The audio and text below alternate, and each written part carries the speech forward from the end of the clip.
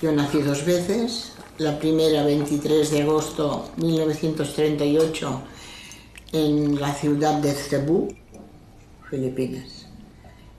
Y la segunda vez fue el 12 de febrero de 1945, hecha una piltrafa de personaje, porque así era una cría de 6 años, pero estaba hecha una piltrafa, pero era yo.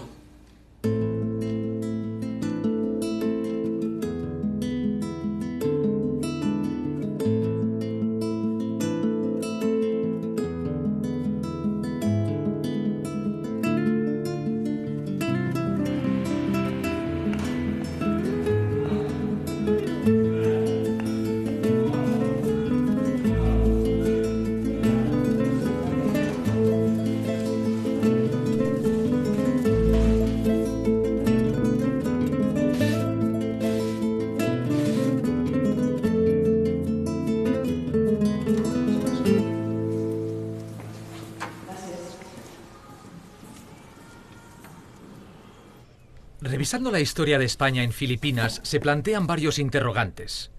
¿Qué pasó con los españoles en Filipinas durante la Segunda Guerra Mundial? ¿Quién era el filipino José Rizal? ¿Qué ocurrió con la primera multinacional española de la época, la Compañía General de Tabacos de Filipinas? ¿Qué papel jugó el franquismo en la Guerra del Pacífico? ¿Quiénes fueron realmente los últimos de Filipinas? Mi padre estaba en Filipinas, Manila, porque él era empleado de tabacalera. Allá llamaban tabacalera a Tabacos de Filipinas, a la Compañía de Tabacos de Filipinas. Y entonces aquí en Barcelona está la casa de la tabacalera y él trabajaba aquí.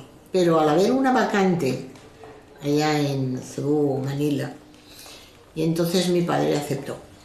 Dijo, pues sí. De las empresas de los marqueses de Comillas tiene lugar en Santiago de Cuba, cuando Antonio López, que después sería primer marqués de Comillas, empieza con pequeños negocios, acaba casándose con la hija del que le ha alquilado los locales. La primera empresa que organiza es una naviera que lleva su nombre, Antonio López y Compañía, que tiempo después se transformará en Compañía Transatlántica y que será la encargada de llevar los soldados y el correo a las colonias españolas en las Antillas, Cuba y Puerto Rico básicamente. Y aprovecha que en 1881 el gobierno ha decidido desestancar el tabaco, que era una renta estancada en Filipinas, y crea la Compañía General de Tabacos de Filipinas. Y la podemos definir como la primera multinacional española.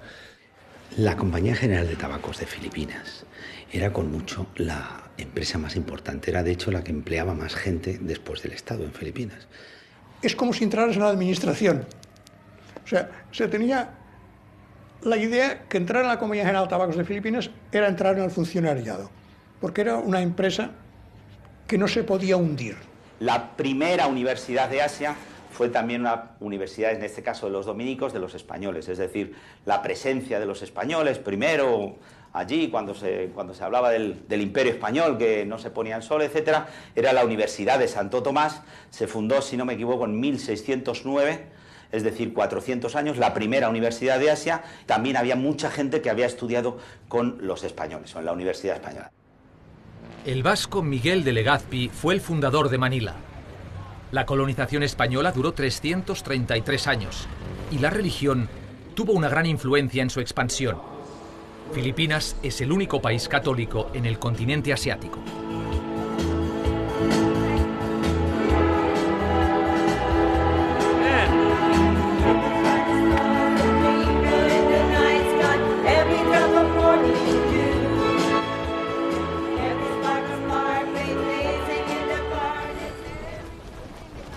En 1898, Estados Unidos desbancó a España de Cuba, Puerto Rico y Filipinas.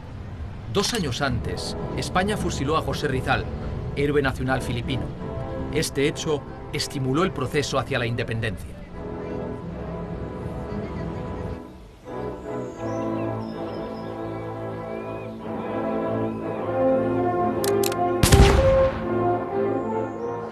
la película de Los últimos de Filipinas es unos que estuvieron luchando y que siguieron luchando y que no se creían que España había sido derrotada y estuvieron durante un año prácticamente ocupando una iglesia en Valer, en un sitio perdido, porque no se creían que nadie les dijera que España había firmado la paz, ¿no? Lo que quedaba del periodo español es lo que se llama la zona de Intramuros. Intramuros era la zona, digamos, amurallada. Aquí estaban los barrios de Ermita y Malate, donde era esa mesticería, donde la gente hablaba en español, donde según los censos de 1938 también, el 40% de la gente hablaba español.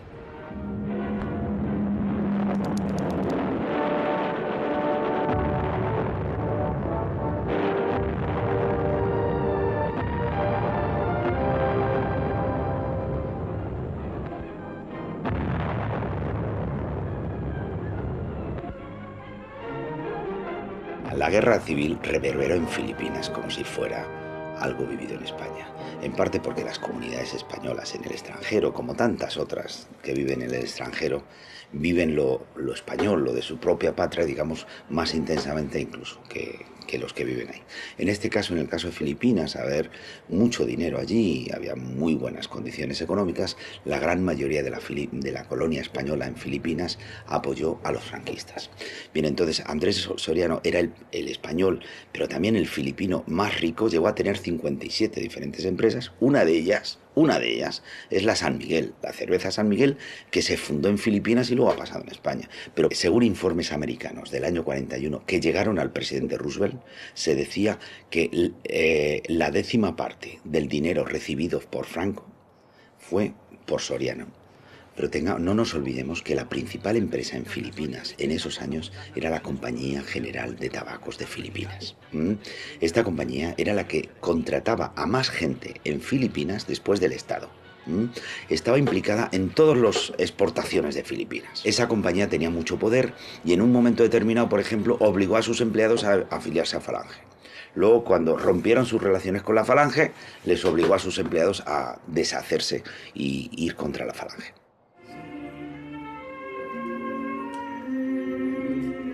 Hombre, yo tenía 10 años cuando se filmó esto. Pues yo, Tú, 9. 8, O 9, sí. Tú vas a cumplir años ahora, ¿no? 84.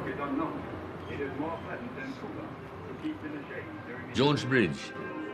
Este es el puente de España. Sí, Así se llamaba, el puente de España. lo cambiaron a Jones. Durante la Guerra Civil Española, bueno, yo tendría entonces 9 años cuando estalló la guerra en el 36 en España. No sé si fue un tío nuestro o un amigo de papá, nos metió en la Falange, a nosotros los hermanos. Las hermanas eran Margaritas y los hombres eran Pelayos, Flechas y Cadetes. Y estábamos en la Falange y nos reuníamos en la iglesia de San Agustín en Intramuros. Y yo también pertenecía allí a la banda de trompetas. La Manila de entonces se llamaba la Tacita del Oriente, así se llamaba, la Tacita de Plata del Oriente. Yo no recuerdo haberlo pasado mal durante esa época hasta estallar la guerra japonesa. Y en ella se alzan edificios de alegre trazado. Su importancia comercial es innegable. Además de ser el primer mercado de diversas materias,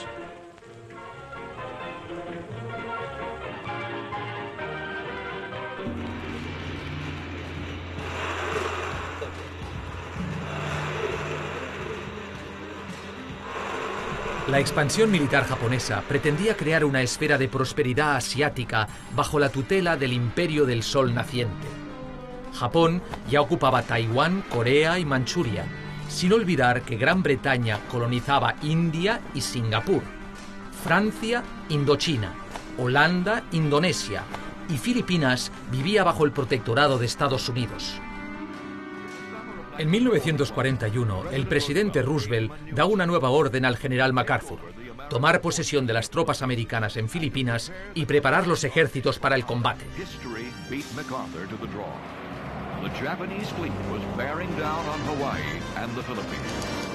7 de diciembre de 1941, el día del ataque a Pearl Harbor. MacArthur ve su profecía convertida en realidad.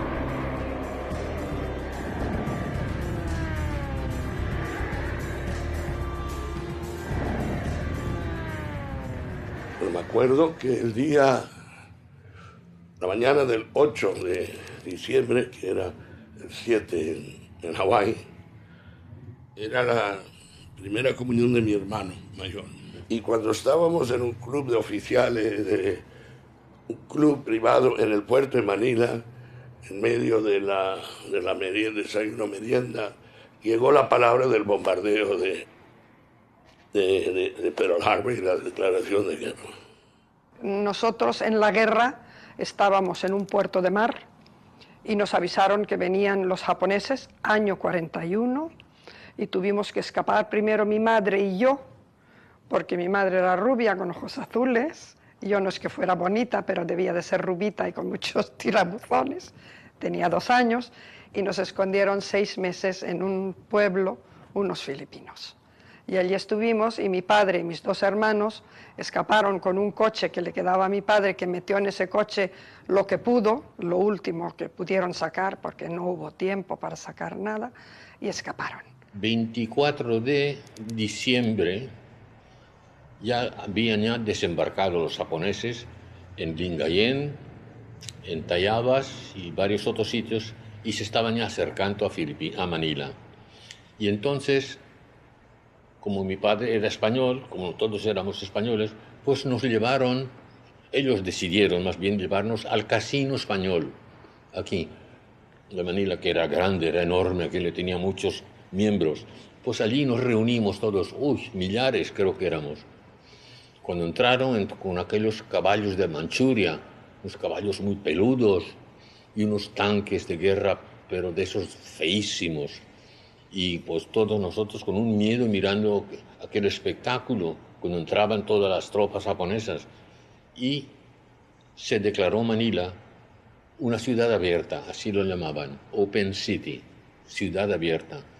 Y a los 2 días, pues, los japoneses pues, lanzaron una serie de edictos al Filipinas, que todos se podían ya retirar a sus casas, que la guerra se había terminado. En Manila se había acabado la guerra y todo tendría que volver a la normalidad. Y así fue. El general MacArthur se atrincheró en la isla de Corregidor, en la bahía de Manila, y resistió varios meses hasta huir hacia Australia, donde pronunció su célebre frase "I shall return", volveré. Dije al pueblo de Filipinas cuando me fui, volveré. Japón entró sin ninguna dificultad. Bueno, habían muchos que quedaron, que estaban a favor de los japoneses, porque había un elemento fascista aquí, bueno, de la falange. El cónsul general era falangista, del Castaño, y Antonio Piñón metió la pata cuando, con la caída de Corregidor, él felicitó una enhorabuena a los japoneses en nombre de los españoles en Filipinas. Y en las provincias esto causó algunos mal efectos y más de un español murió en provincias a causa de esto. El régimen de Franco y el régimen japonés en esos momentos eran aliados. Los españoles fueron el régimen de Franco fue el país que más ayudó al régimen japonés en su esfuerzo de guerra, en la guerra del Pacífico. En Europa, Adolf Hitler se reunía en Hendaya con el dictador Francisco Franco, que firmaba en secreto el Pacto Anticomintern con la Alemania nazi, la Italia fascista y el Japón imperialista. Aquí en Hendaya, el Führer se reunió por primera vez con el caudillo.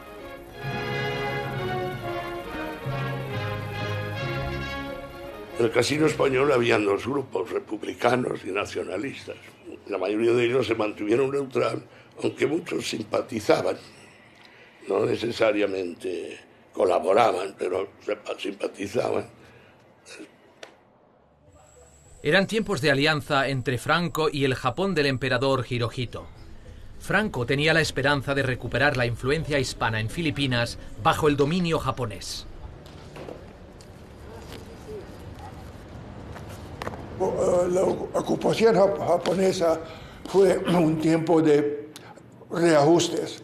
Primeramente que en la transportación ya no había combustible, ya no se podían usar coches privados, así es que teníamos que ir en bicicleta o en tranvía o en carretelas o carromatas, como los llamábamos, tirados por caballos.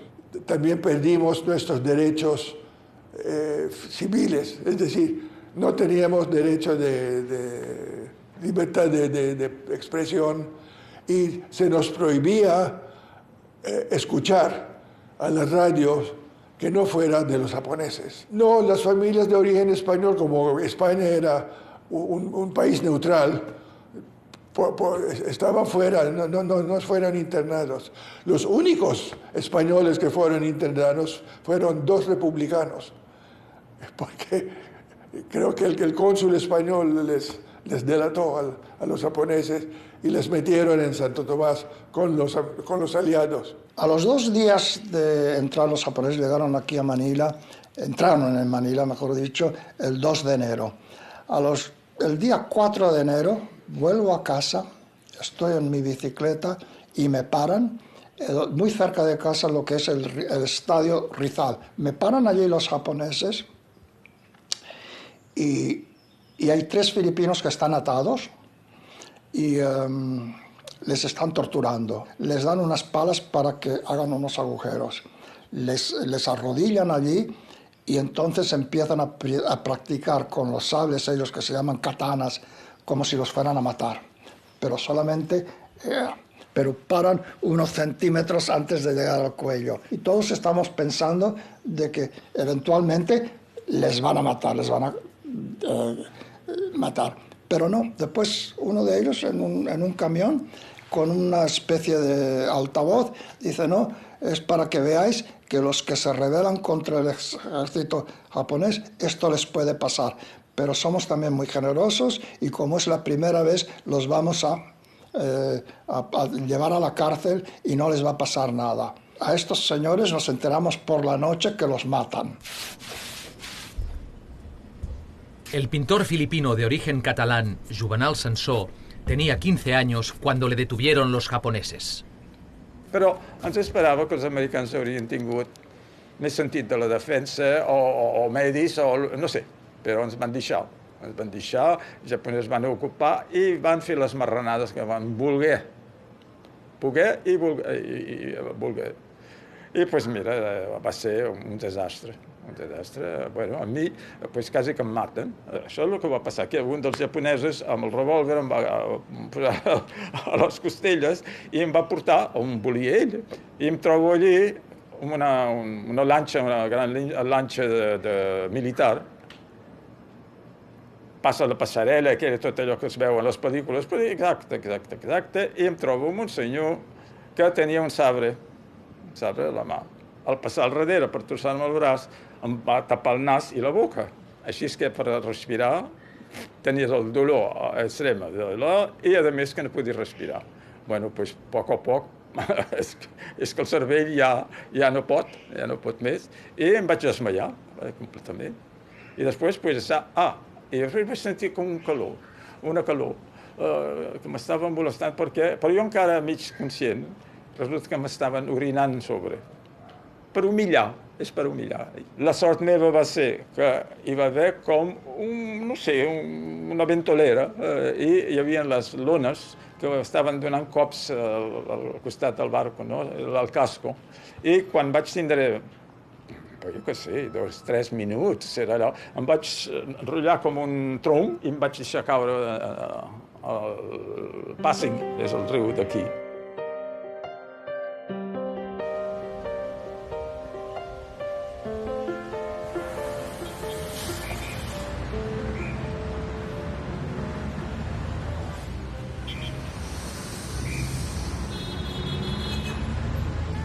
Los japoneses, en realidad, nunca llegaron a ocupar totalmente el extenso archipiélago filipino. Pronto apareció la resistencia y la guerrilla, donde los españoles, vascos en especial, tuvieron un gran protagonismo.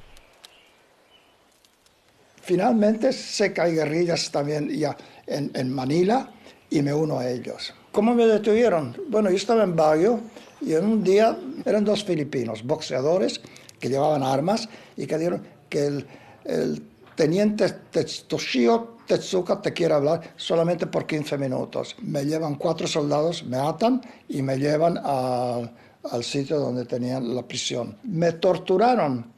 Depende hasta dónde quiere llegar uno a qué es la tortura. Si maltratar es pegarme, hasta con un bastón, sí. Si es darme puñetazos y golpes de karate, de jiu-jitsu, tirarme y todo esto, sí. Esto lo hicieron muchas veces. Les pregunto, what's going to happen to me? ¿Qué me va a pasar a mí?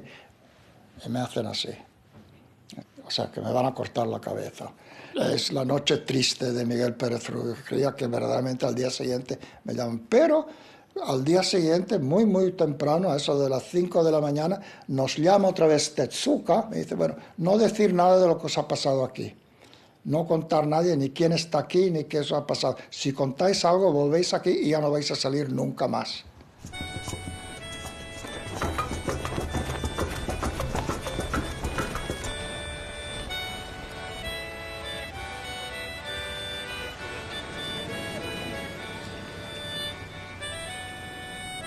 La guerrilla antijaponesa contó con varios guerrilleros vascos que vivían en Filipinas.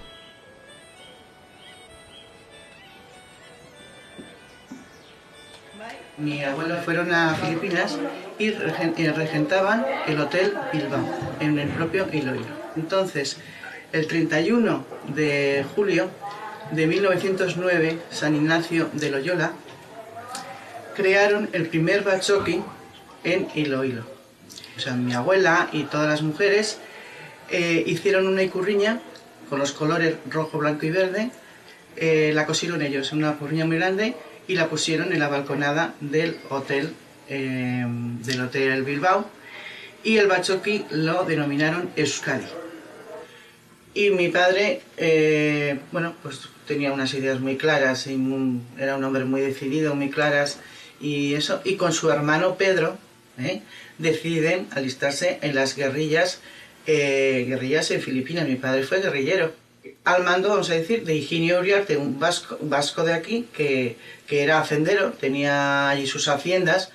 Hay un montón de vascos que se pusieron allí en las guerrillas en Filipinas bajo las órdenes, era con los americanos en contra de los japoneses.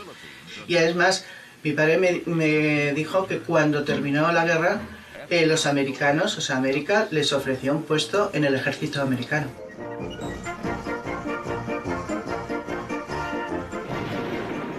Estos guerrilleros contribuyeron al desembarco de las tropas aliadas en la bahía de Leyte, donde el general Douglas MacArthur cumplió su promesa.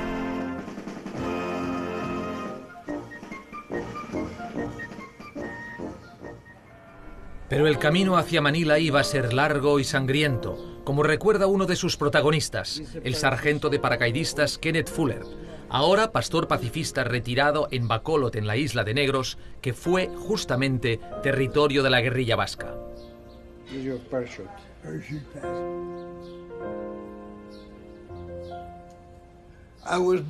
Nací en una base militar, el campo Sherman, en Ohio. Y tengo historial militar desde que nací. Mi padre fue un veterano de la Primera Guerra Mundial. Yo soy un veterano de la Segunda Guerra Mundial. Y espero que no haya una tercera. Mi vida militar me llevó a ser miembro de la única unidad de paracaidistas en el Pacífico. Y vine a Filipinas cuando MacArthur desembarcó en Leyte. Después fuimos hacia Manila, donde formamos parte del ataque a Manila, Fue nuestro primer salto de combate. Bien, la batalla de Manila fue muy dura, también para los japoneses, que lucharon por cada edificio de la ciudad. Fue un duro combate, calle a calle, casa a casa. Y nos costó mucho tiempo limpiar Manila. MacArthur siempre estaba cerca del combate. Y estando en la línea de fuego, vi a MacArthur a unos 30 metros. Iba vestido como uno más, sin medallas. Tal vez llevaba una insignia, no lo sé. No quería que los japoneses vieran que era un oficial, porque iban a por ellos. Por suerte, yo solo era un sargento y no un oficial superior.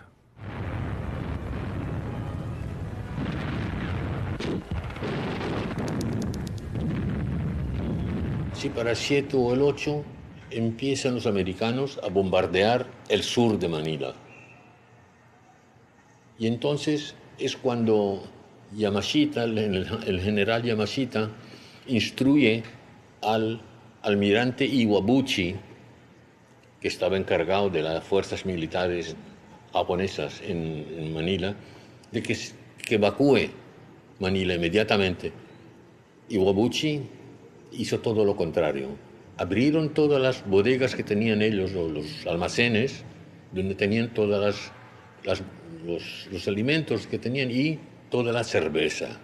Y se emborrachaban, estaban borrachos completamente. Y ya ellos les dieron, pues, les dijo Iwabuchi a quemar Manila. Muchos civiles fueron tomados como rehenes en la batalla de Manila, con violaciones y asesinatos. Pusieron a todas las mujeres en el Bayview Hotel y a todos los hombres en el Manila Hotel.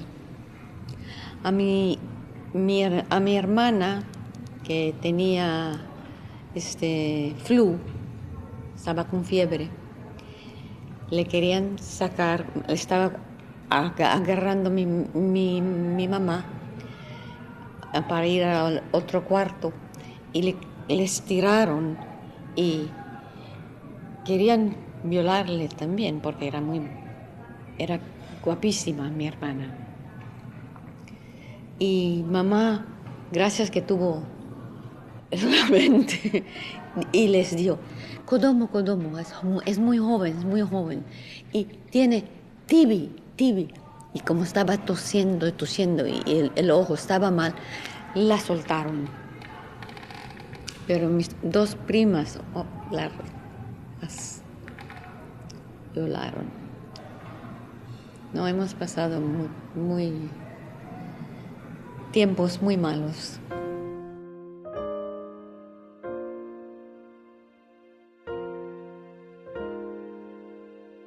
Mi hermano mayor fue degollado por los japoneses y el resto de mi familia muere en Vito Cruz. Porque lo que hacen los japoneses cuando cogen a mi familia y a todos los que estaban allí, porque habían como unas 40 personas, los cogen a todos y los meten en 2 cuartos. Y entonces empiezan a poner muebles para que no pudieran salir. Cuando mi padre empieza a ver que la casa estaba ardiendo, porque es lo que hacían los japoneses, tratar de poner a la gente en una casa y prender fuego a la casa para así no os ahorráis de utilizar balas y todo lo demás. Entonces vamos a tratar de romper la puerta, vamos a hacer todo lo posible para abrir las puertas, y que lo logran, y entonces vamos a salir por distintos sin mirar y ni tratar de salir en grupos, porque entonces pueden concentrar el fuego o los soldados pueden ir con las verdes. Si cada cual tratar de separarse lo más de todos los demás para ver quién puede hacerlo. Desgraciadamente, nadie de mi familia, hubo 4 supervivientes. ¿Y quién muere? Pues muere mi padre a la edad de 58 años, mi madre a la edad de 48 años, mi hermano Javier con 23 años, mi hermana a los 17 años y después una tía que muere también con bayoletazos, como mi madre, y después mi otro tío y tía mueren porque son ya bastante viejos y no pueden salir de la casa. Entonces lo que pasa es que mueren por el fuego, quemados. Hay que poner 3 ametralladoras delante de él y que salgan todas las mujeres, y cuando salgan a matarles todas. Este señor, este americano, este japonés que se enamoró de mi prima, nos dejó salir y no nos mataron. Antes del día 3, como un mes o 2 antes, nos pusieron que no andemos mirando fuera en las ventanas. Creo que era cuando ponían las bombas incendiarias o algo así. Y en los últimos días, antes de fin de enero, pues allí, de todas las casas, sino cortinas, periódicos, tapado todo. De vez en cuando escuchábamos. Y enfrente vimos una vez un carretón lleno de muertos. Grande, un carretón grande. Algunos estaban vivos aún. Después vino un hombre que decía que él era de la Cruz Roja, pues allí mismo le mataron, le pusieron la bayoneta en el mismo así, y le tiraron en el carretón. Y eso pasaba, creo, por las calles de la ermita. Recogían a esos que andaban aún fuera y no obedecían las órdenes de ellos. Y eso. Del bushido, de honor, nada. Unos sangrientos, desgraciados, ¿no? Que la mayoría, casi todos murieron en la lucha. A los civiles los agregó a San Agustín y los filipinos los llevaron a Fuerte Santiago. Habían cerca de 3.000 filipinos. Españoles y tercernacionales, portugueses, irlandeses, algún otro que habían aquí. Después les pusieron aquí en un refugio grande frente al Palacio del Gobernador, donde los mataron a todos. Con bombas, gasolina en los túneles de ventilación y bombas de mano. Y liquidaron a todos menos 2, un cura y otro español civil. El cura que sobrevivió era un agustino recoleto, una orden religiosa española con más de 4 siglos de presencia en Filipinas y con sede central en Valladolid. Lo más trágico ocurrió en el mes de febrero del año 1945. Este es realmente un desenlace trágico, dramático, y todos los adjetivos que se ponga pues son pocos. O sea, a medida que los japoneses veían que iban perdiendo la guerra, pues entonces comenzó una destrucción de Manila. Entonces, 2.000 hombres son llevados desde San Agustín de Manila hasta el Fuerte Santiago. Y allí pasan un par de días siendo maltratados y mal alimentados. A los 2 días de estos 2.000 que habían llegado allí, 150 españoles, solo españoles, los vuelven a San Agustín de Manila, y entre ellos todos los frailes. A los agustinos, que es la historia que mejor yo conozco, pues les metieron junto con otros 80 en una bodega construida por los japoneses, a la cual se accedía por una rampa muy pindia. Lo que hicieron fue cerrar la puerta, cerrar los 3 respiraderos que había, lanzar bombas, lanzar granadas y después por la puerta ponerse a disparar las metralletas. El testigo que nos narra esto, que es precisamente un agustino, el padre Belarmino, pues nos cuenta que él, después de estar herido por una granada que le hirió en una pierna, que le hirió en la espalda, en la cara y en la cabeza, después de estar inconsciente un tiempo, pues despertó. Y al despertar se dice: tengo que salir, tengo que salir. Entonces, gateando por encima de cadáveres, pues consiguió acceder a la puerta.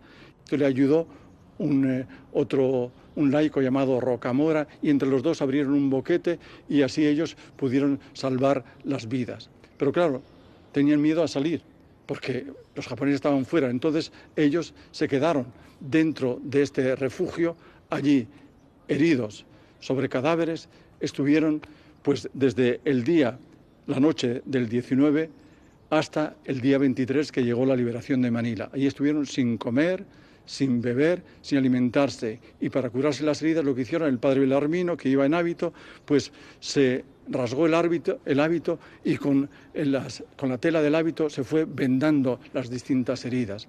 Y así consiguió sobrevivir hasta el día 23. Pues dice, ya no puedo más, que si me matan, que me maten, salimos. Entonces, a gatas, fue tratando de buscar un lugar donde encontrar agua, hasta que finalmente esto lo encontró. Y allí pues bebió agua y después con una lata llevó al compañero que estaba en el refugio, y ya después desde ahí ya salieron los dos, y poco después llegan los bombardeos americanos, y al llegar al edificio donde ellos estaban pues ya les vieron, les mandaron salir, y ellos vieron pues que esa era realmente la verdadera liberación, y que para ellos en ese momento pues comenzaba una segunda vida. El consulado español estaba en Paco, en la Neutral, el embajador había salido con su familia y se fueron, si no me equivoco, al convento de la Concordia, que eran españolas, y dejó un staff allí, unos jóvenes de la juventud, no sé, creo que se llamaba la Hons, a defender el consulado. Pasó una patrulla japonesa y hay diferentes rumores. Hay uno de que estos jóvenes entusiasmados llevaban unas pistolas y que al pasar la patrulla que trató de unos disparó y entonces volvió a otros, ¿no? Y no se sabe porque el único sobreviviente exactamente era una niña que está ahora en Barcelona, Aguinella. Fuimos al consulado porque dijeron la gente que en el consulado había refugio abajo del edificio y podíamos refugiarnos en el refugio, pero no sirvió. Fuimos allí y estuvimos los días que estuvimos, que no sé cuánto tiempo pasó, desde que salimos de casa hasta que fuimos allí. Es decir, en febrero de 1945 es la constatación de que ha habido una masacre de españoles en Filipinas. Cuando entraron los soldados japoneses, nos hicieron poner a todos en fila india. Y de uno en uno, sí. Fue cuando nos clavaron las bayonetas a todos. Tú suma aquí 4, más 6, más 2 son 8. Los de la cabeza, según el médico, hay 16. Pero claro, han pasado los años, las cosas pues sí se han puesto, que ya no sé. Yo no tenía fuerzas. Al no tener fuerzas me caía al suelo. Y entre medio de todos los que iban cayendo y cayendo, pues yo al cabo de un rato, cuando ya no oí ningún ruido, ni ningún paso, ni grito, ni nada de dentro del consulado, salí afuera. Y allí fue cuando un soldado japonés, pues de esos que quedaban más atrasados que los primeros, de los últimos, pues me descubrió que yo estaba allá y vino hacia mí para darme el toque de gracia, que era el remate. Pero entonces yo levanté la cabeza y fue cuando el arma hizo un corte, pero en el hueso. No llegó a penetrar adentro del cerebro. Y yo pues volví a bajar la cabeza, hice ver que estaba muerta, yo misma me pensé, no levantes la cabeza, que crea que estás muerta. Y en aquel rincón, toda encogida, me pasé toda la tarde, toda la noche, y hasta la mañana siguiente que vinieron los de la Cruz Roja a salvar a los heridos si habían heridos, si habían muertos, pues a recogerlos. Pero de allí no salió nadie más. Nadie más. Incendios de los tifones, la ciudad de Manila ha quedado reducida de las murallas de 10 metros de espesor. Los japoneses se han entregado a los últimos atentados. Después de despejar la parte norte de la ciudad, los cañones... La masacre de españoles en la batalla de Manila incidió en dar un giro al gobierno de Franco respecto al Japón. Pasamos de aliados a masacrados y España declaró la guerra a Japón. A partir del verano de 1944 ya quedaba claro que Hitler no iba a ganar la guerra, no se sabía exactamente cómo iba a ser la paz y Franco estaba buscando ya pensando en la posguerra. Pues sobre todo en el mes de enero estaban que no sabían exactamente cómo jugar la carta japonesa y lo que les vino muy bien fue la masacre de Manila, como ellos mismos dijeron. Habían avisado antes como una forma, como una excusa para acercarse al bando americano. España intentó declarar la guerra a Japón y lo que pasó en esos momentos es que ya dijeron tanto los americanos como los británicos que no había solución. Por ejemplo, los británicos dijeron, bueno, pues si ustedes quieren declarar la guerra, decláransela, por favor, a Hitler, que está más cerca que con la División Azul. Mi tío fue kamikaze. Mi madre tenía a su hermano pequeño, que era excelente estudiante. Fue reclutado voluntariamente al ejército que buscaba los jóvenes pilotos. Y volvió y diciendo, pasado mañana me voy a morir. Tenía la mano hinchada porque había cortado para sacar sangre, para escribir testamento. Es una costumbre japonés, con sangre cuando te vas a morir o algo. Dijo también que cuando me marcho, moveré las alas del avión 2 veces. Será yo. Pues una hora más tarde, mi madre y los hermanos también sintieron un rugido muy fuerte arriba en el cielo. Y había un avión que hacía 2 veces. Y mi madre gritó, llorando, es Teichi, Teichi, Teichi es su nombre, Teichi, Teichi, llorando. Y se fue a atacar a los americanos en Okinawa, que se encontraba en la fase última de la guerra. Y el día 12 de abril, parece, se murió.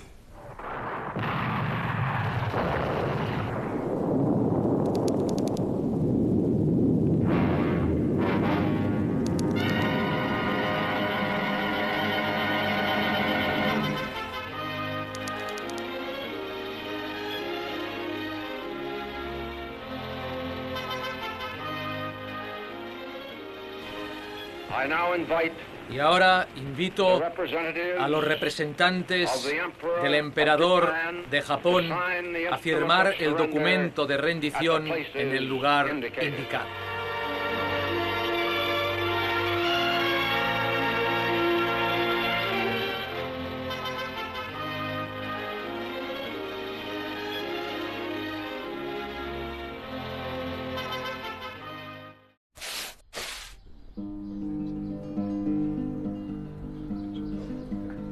Cada vez que veo esa fotografía que huye del cliché de la álbum familiar, miro a ese niño que hace de vigía.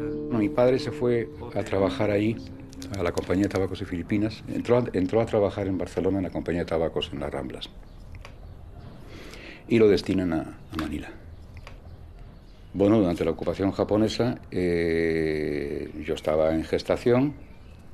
Y mi madre decía que lo más incómodo, porque la ocupación fue suave, por lo menos para los españoles, en Manila, y que lo más incómodo para ella que cada vez que pasaba por delante de un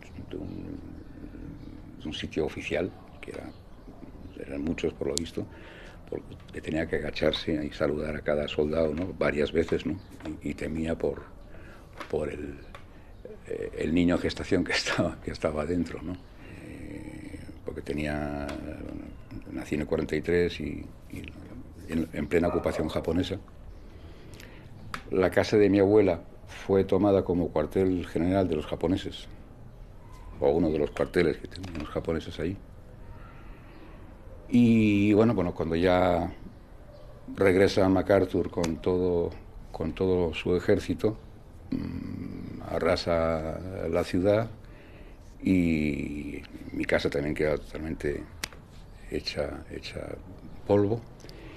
Y bueno, pues inmediatamente se reconstruyó la ciudad, quedaron ahí en pie 2 o 3 cines y venían todas las películas de Estados Unidos.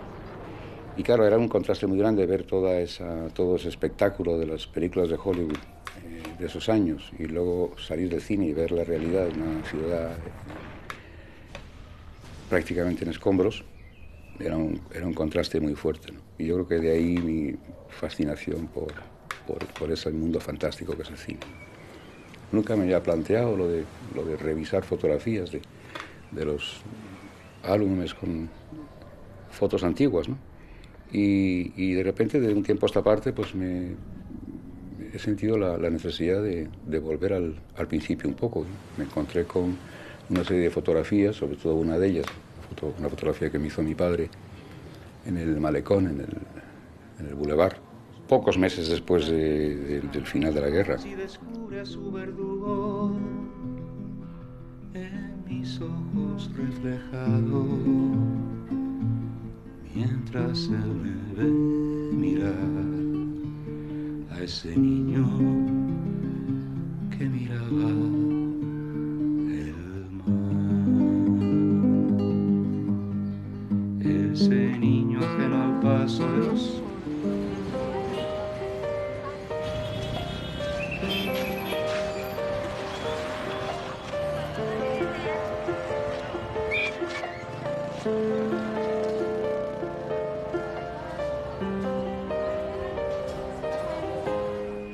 ¿Han pedido perdón los japoneses por la batalla de Manila? No, ni por nada que hicieron en Filipinas.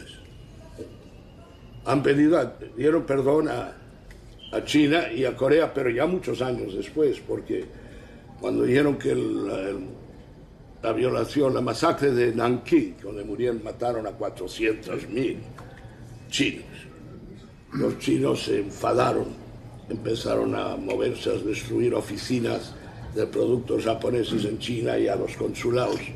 Y entonces el primer ministro se vio obligado a ir allí a pedir culpa y para pagar. Los americanos, en general, no están conscientes de la bomba atómica y el efecto tampoco. No han pedido perdón porque la gente americana hoy día todavía creen que era una cosa normal, una cosa buena. El Museo de la Bomba Atómica en Estados Unidos, a la entrada es Marilyn Monroe, que vaya. Ya entiendes lo que pasa en la cabeza de los americanos. Era una cosa buena para ellos. En el cementerio americano de Manila reposan 17.206 soldados estadounidenses que dieron su vida lejos de su patria.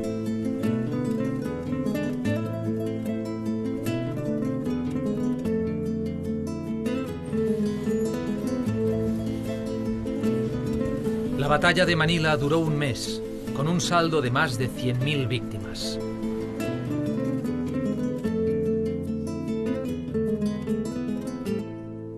De esta tragedia, hoy día se conserva un memorial en el convento Museo de San Agustín.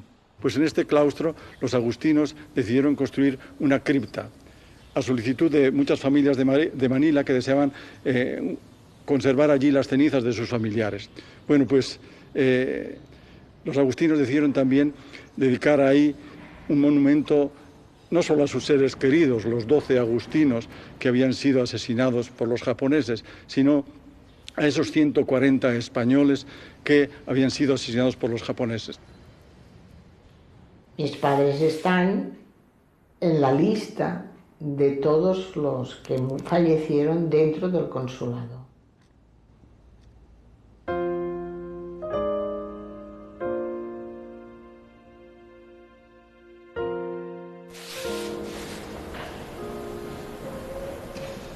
De la Compañía General de Tabacos de Filipinas quedarían tan solo sus cenizas, a no ser por la elaboración de cigarros en Manila por parte de una empresa filipina.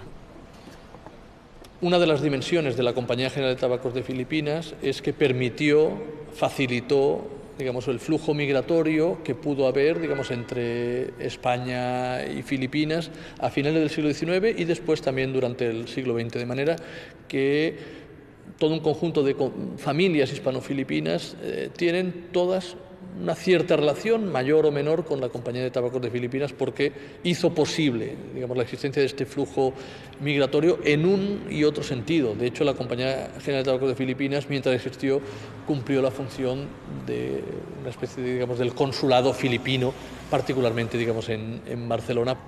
Barcelona, concretamente, la sede social, aquí pasaba gente, se formaba, y a Filipinas normalmente eran cargos de representación, eran pues el subadministrador, gente, interventores, los que estaban en las haciendas, los directores de las haciendas, directores de fábrica y además técnicos tabaqueros que venían muchos de ellos de Santander. Todo ese quehacer familiar a través de esa Compañía de Tabacos de Filipinas, fundada por don Antonio López, primer marqués de Comillas. Es verdad que murió al poco tiempo de su fundación, pero dejó la semilla para que sus continuadores, en el nombre que con orgullo llevaban, el segundo marqués de Comillas y el tercero, fueron también presidentes de la Compañía de Tabacos de Filipinas. Y esta compañía, pues con la evolución de los tiempos, aun cuando fue tan importante en el siglo XIX e incluso en el XX, tendió hacia la nacionalización y a partir de esos momentos, pues el nombre de Comillas pues fue desdibujándose. Un año después de la guerra, Franco repatrió a muchos supervivientes españoles. Llegaron a Barcelona a bordo del Plus Ultra. La niña Ana María fue recibida como una heroína. Ellos fueron los verdaderos últimos de Filipinas. Me hice adulta enseguida. No tuve infancia. No. No conocí a mis padres. Mejor dicho, los habría conocido, pero la memoria se borró. Y me quedé solo yo sola. Aunque fueron 50 días de viaje, de allá hacia aquí, no me acuerdo.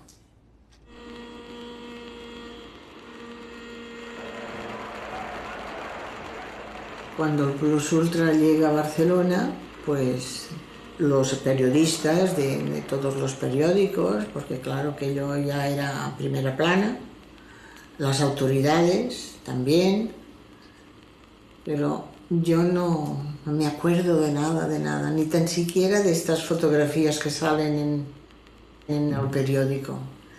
Y pienso que es bueno. Que he tenido mucha suerte en todo. Hasta de entonces que estaba mal, tuve la suerte. La primera, perder la memoria. Esa fue la mejor. Cada noche yo doy gracias a Dios por las 2 vidas que me ha dado. Pero eso sí, 2 vidas. La primera fue corta, la segunda es más larga. Pero gracias por haberla tenido, porque si no, una vida corta. Pero como me dio la segunda vida, pues esta es larga. Que está poniendo en marcha su reloj.